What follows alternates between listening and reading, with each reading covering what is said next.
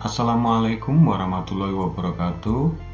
Shalom, Om Swastiastu, Namo Buddhaya, Salam Kebajikan. Berjumpa dengan saya Santri Kesuma dalam video pembelajaran analisis makanan dan minuman.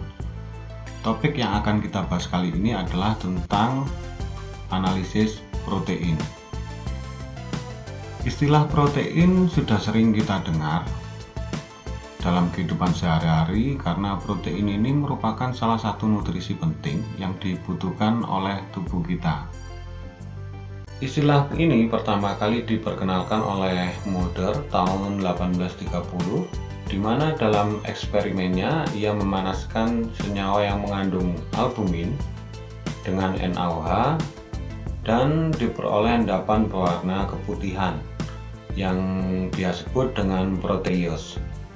Proteus ini sendiri berasal dari bahasa Yunani yang artinya penting atau utama, yang maksudnya terpenting bagi tubuh. Pada dasarnya, protein ini merupakan senyawa organik yang tersusun atas polimer asam-asam amino yang terhubung melalui ikatan peptida. Ikatan peptida merupakan ikatan kovalen antara monomer asam-asam amino. Ikatan ini terbentuk antara atom karbon pada gugus karboksil suatu asam amino dengan atom nitrogen pada gugus amina dari asam amino lainnya. Ikatan kovalen yang terbentuk dari monomer asam-asam amino ini akan menghasilkan suatu polipeptida atau polimer dari asam amino atau yang terkenal dengan istilahnya protein. Reaksi pembentukan protein ini merupakan reaksi kondensasi karena melepaskan H2O. Atau sebaliknya, untuk membongkar suatu protein menjadi asam-asam aminonya, reaksinya adalah reaksi hidrolisis protein yang memerlukan H2O untuk melengkapi anion dan kation dari asam-asam amino tersebut. Reaksi hidrolisis ini dapat dilakukan dengan asam atau basa dan dengan enzimatis. Secara umum, sifat protein ini adalah sukar larut. Hal ini disebabkan karena protein merupakan unsur makro di dalam bagian makhluk hidup. Oleh karena itu, biasanya ukuran molekulnya sangat besar. Selain itu, di dalam struktur protein juga terdapat gugus amina yang bermuatan positif dan gugus karboksil yang bermuatan negatif. Oleh karena itu, protein merupakan ion sweeter atau mempunyai dua kutub, dan otomatis jika protein ini mempunyai dua kutub, maka dia akan bisa bersifat asam atau basa, tergantung dari lingkungannya. Nah, bila kondisi lingkungan ini tidak mendukung protein untuk bermuatan positif atau negatif, maka muatan protein ini akan seimbang, atau dengan kata lain, muatan totalnya adalah 0. Pada kondisi ini, protein akan berada dalam keadaan isoelektrik, di mana pada kondisi ini protein akan terkoagulasi. Berikutnya, protein juga akan mengalami perubahan struktur apabila dipanaskan, atau istilahnya denaturasi. Berdasarkan sumber perolehannya, protein ini dapat digolongkan menjadi dua, yakni protein hewani dan protein nabati. Untuk protein hewani, contohnya ada telur, susu, daging, dan masih banyak lagi ya. Untuk protein nabati, contohnya kedelai, jamur, kacang-kacangan, dan lain-lain. Bila ditinjau dari strukturnya, protein dapat dibedakan menjadi 4 jenis. Yang pertama adalah struktur primer. Pada struktur ini, protein tersusun atas asam-asam amino yang hanya berikatan dengan ikatan peptida. Jadi, struktur protein ini merupakan protein dengan rantai lurus. Selanjutnya yang kedua, ada struktur sekunder. Pada protein sekunder, ikatan yang terjadi antara asam amino tidak hanya ikatan peptida saja, akan tetapi juga ada ikatan hidrogen antara gugus-gugus amina dengan atom hidrogen pada rantai samping asam amino dalam suatu protein, sehingga membentuk lipatan-lipatan seperti spiral yang diistilahkan dengan alpha helix, atau membentuk lembaran-lembaran berjajar yang diistilahkan dengan beta sheet. Struktur berikutnya adalah struktur tersier, di mana struktur ini lebih kompleks dari struktur sekunder. Pada struktur ini, protein-protein dengan struktur sekunder saling berikatan melalui ikatan hidrogen, ikatan ion, atau ikatan disulfida. Misalnya, protein dengan bentuk double helix atau double beta sheet. Struktur berikutnya adalah struktur quaterner. Pada struktur ini, polipeptida atau protein pada struktur tersier saling berikatan lagi, di mana di antara ikatan-ikatan protein ini terdapat molekul atau ion lain yang bukan merupakan asam amino, seperti contoh hemoglobin yang pada struktur proteinnya terselip ion feri. Jadi, bila disimpulkan, pada protein dengan struktur primer merupakan protein sederhana yang dengan hanya ikatan peptida saja. Selanjutnya, struktur yang lebih kompleks adalah struktur sekunder dengan adanya ikatan hidrogen dan ikatan peptida. Selanjutnya, pada struktur tersier lebih kompleks lagi daripada struktur sekunder, karena selain adanya ikatan peptida dan ikatan hidrogen, juga terdapat ikatan ion dan ikatan disulfida. Dan yang paling terakhir adalah protein dengan struktur quaterner, di mana pada ikatan ini merupakan kumpulan dari ikatan tersier ditambah lagi dengan adanya ikatan-ikatan dengan ion selain asam amino. Penggolongan berikutnya adalah berdasarkan bentuknya.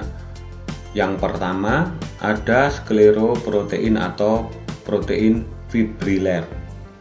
Berbentuk serabut, berfungsi sebagai pembentuk struktur bahan dan jaringan.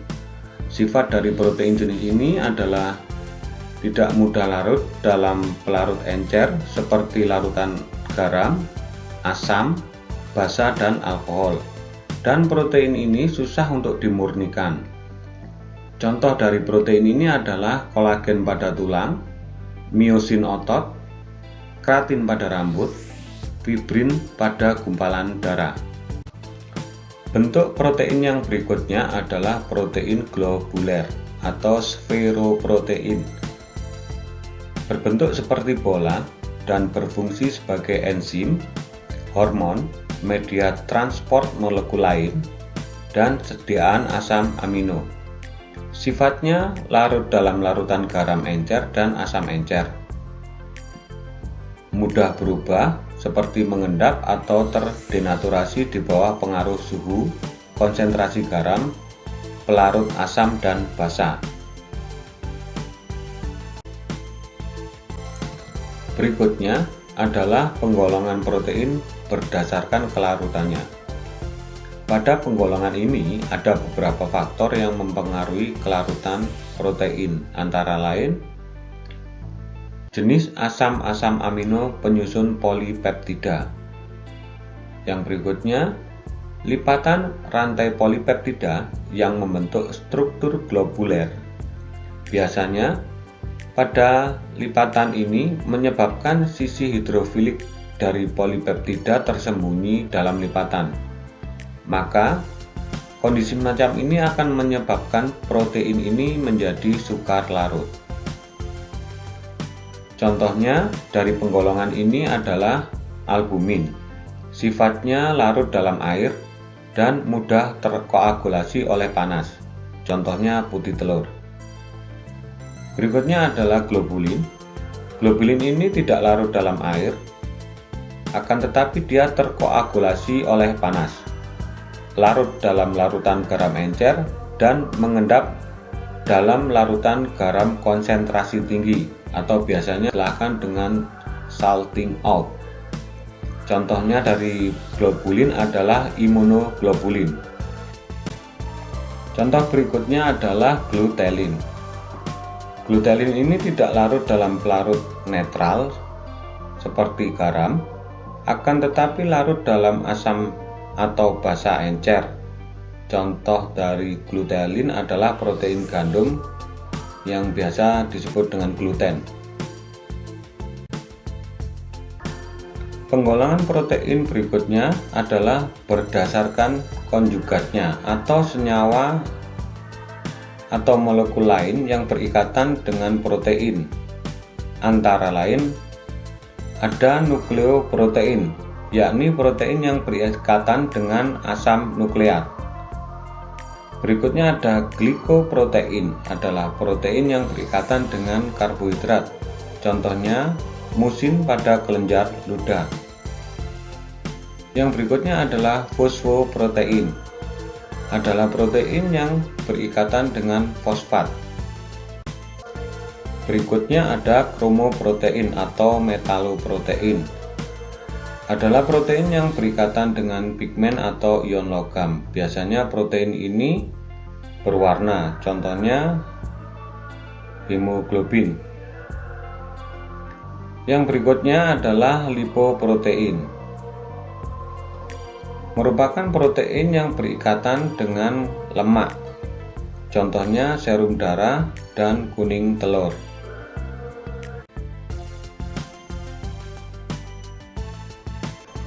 Untuk bisa mengetahui apa-apa saja yang menyusun dari suatu protein, maka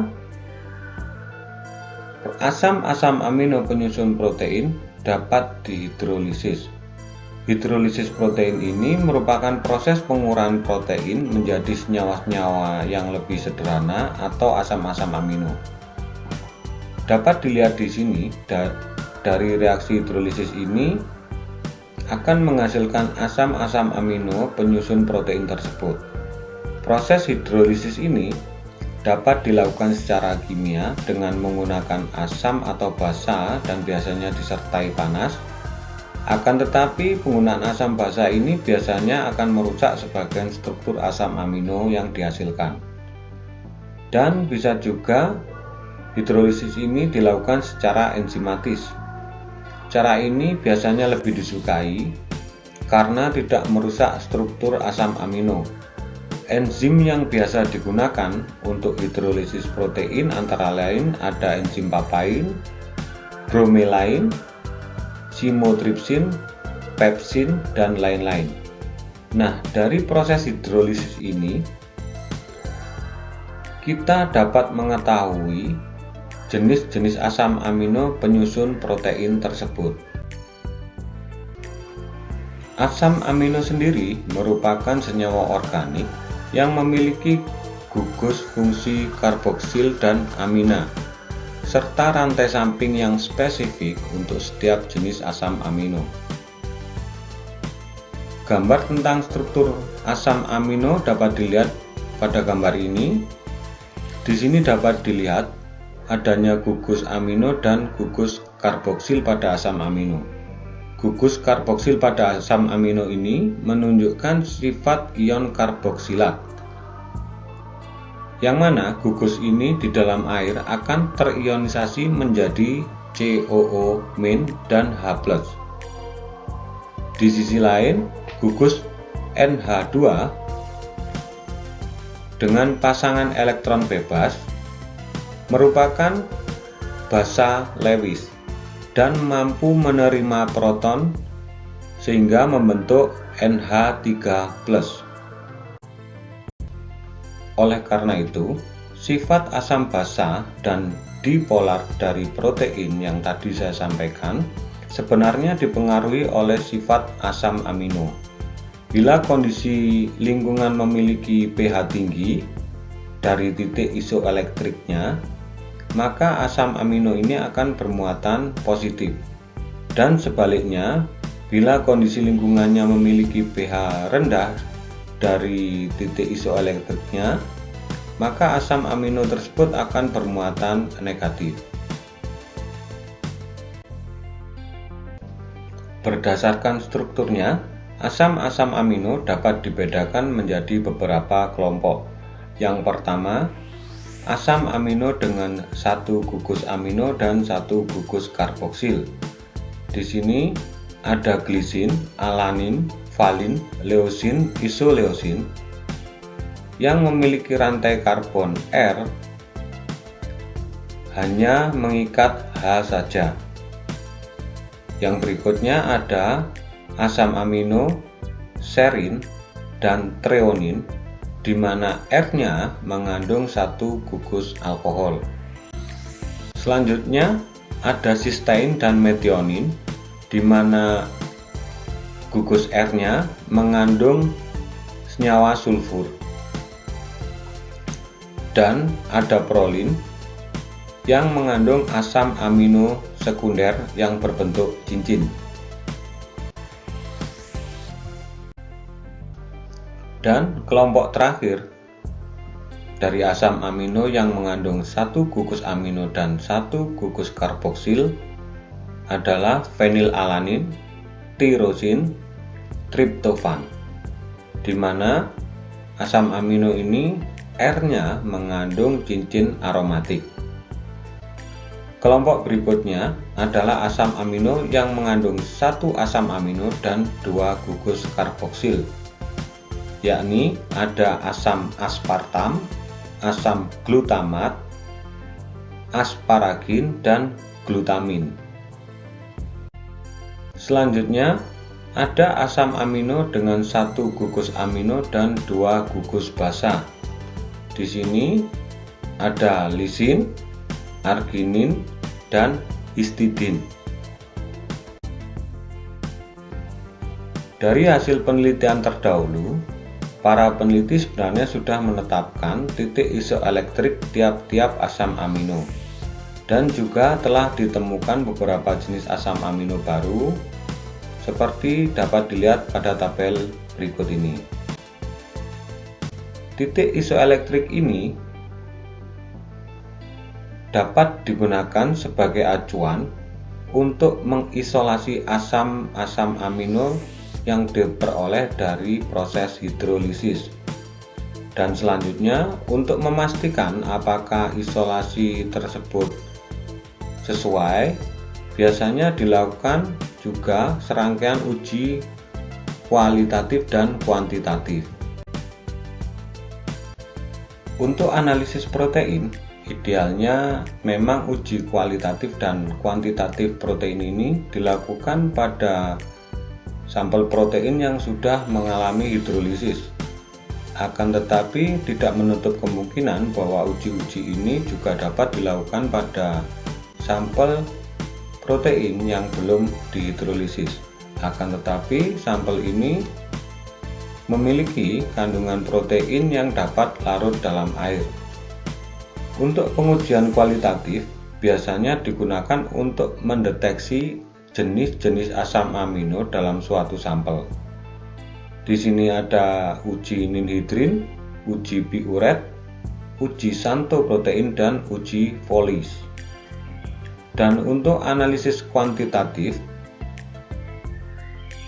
biasanya digunakan untuk menentukan berapa kadar total protein yang terdapat pada sampel.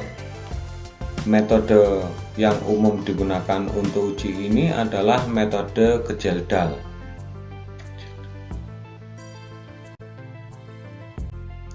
Untuk uji kualitatif, di sini ada uji ninhidrin. Uji ini digunakan untuk mendeteksi keberadaan semua jenis asam amino dalam suatu sampel. Prinsip dari uji ini adalah reaksi redoks antara ninhidrin dan asam amino. di mana ninhidrin sebagai agen pengoksidasi akan menyebabkan terjadinya proses deaminasi dan dekarboksilasi pada asam amino.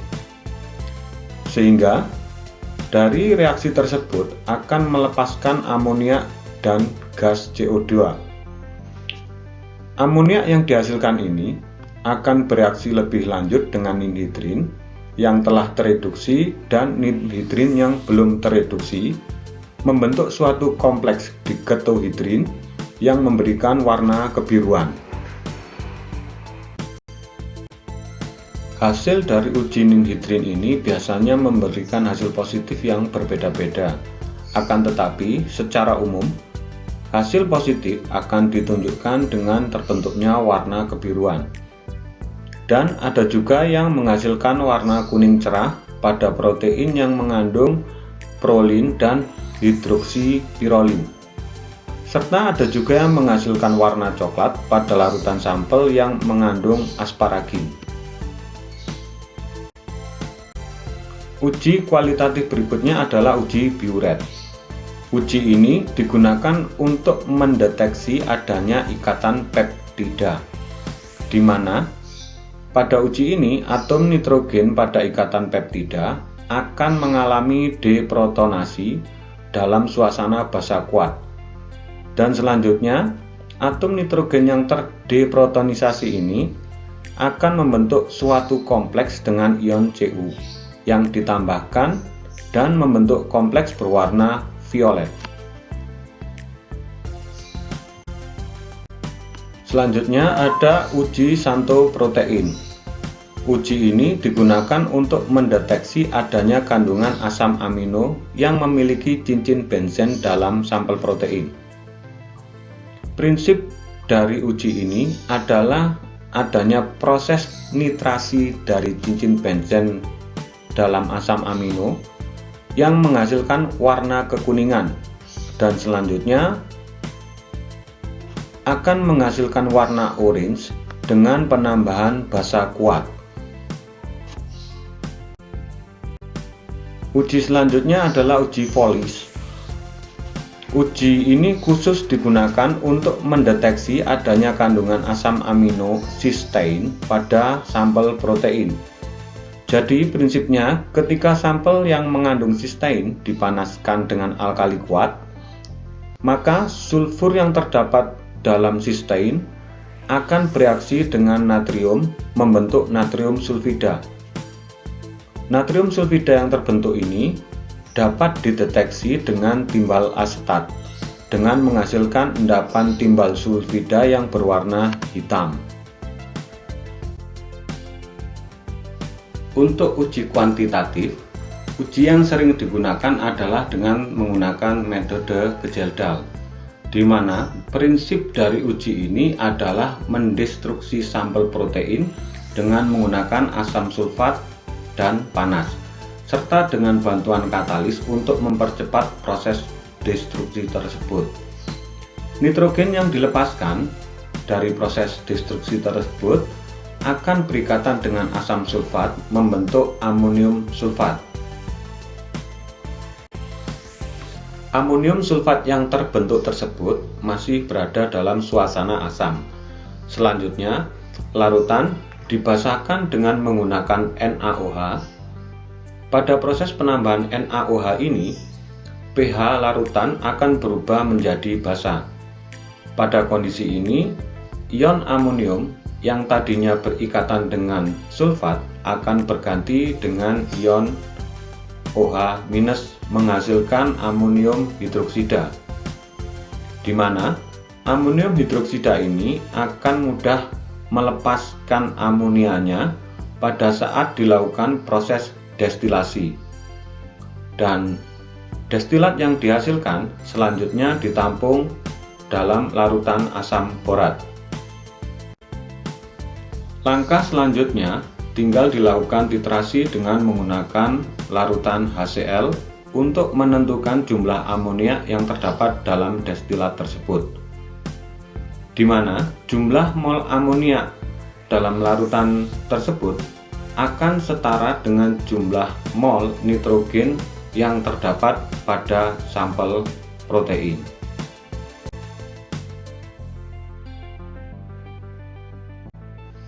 Baik, untuk saat ini cukup sekian dulu materi tentang teori dan analisis protein. Semoga apa yang saya sampaikan dapat menambah wawasan Anda semua dan bermanfaat dalam bidang keilmuan. Bila ada kata-kata yang kurang berkenan, mohon dimaafkan. Akhir kata, wabillahi taufiq wal hidayah. Wassalamualaikum warahmatullahi wabarakatuh.